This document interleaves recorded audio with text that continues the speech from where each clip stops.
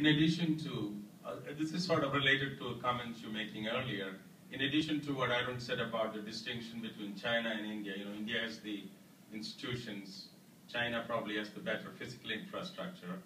More and more people are talking about the difference in the labor force. I hear incredible statistics such as, something like 50% of the people are below 25 in India.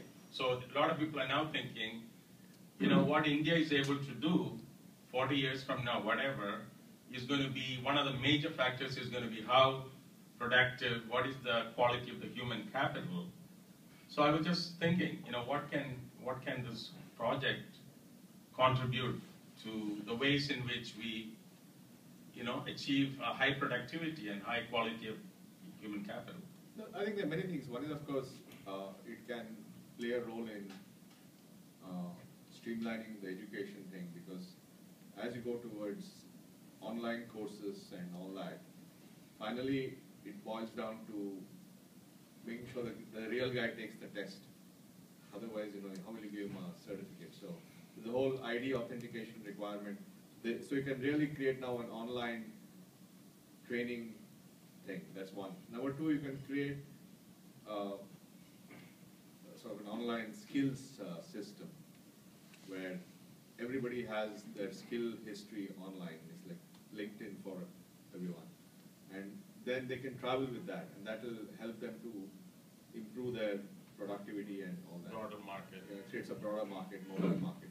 And third, because you can reduce the knowledge asymmetry, you can reduce transaction cost and employment. You can get a job faster because you can prove who you are. Then another thing could be portability of your benefits. Today, what happens is that we have this thing called Provident Fund, which is like say a 401k kind of thing, and it's associated with a company. So if you're a migrant contract worker and you work for 5 different companies, you end up opening 5 different accounts. So you don't have portability, and then so you can clean up a lot of that. So essentially, you can use all this to reduce friction to getting an education, friction to improving your skills, friction to getting a job, friction to getting the benefits. And finally, the game is about reducing these frictions, because finally productivity in a society is the cumulative effect of millions of microtransactions.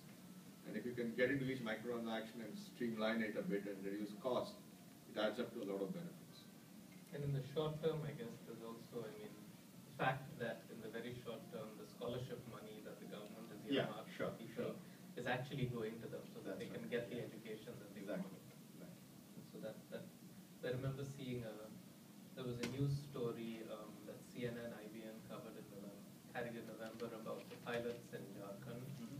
And one of the things that kept coming up was these kids, like these high school, college kids, talking about how they are getting the money that it wasn't sort of being captured by some private institution that has them on the rolls but isn't allowing them to. Oh, absolutely.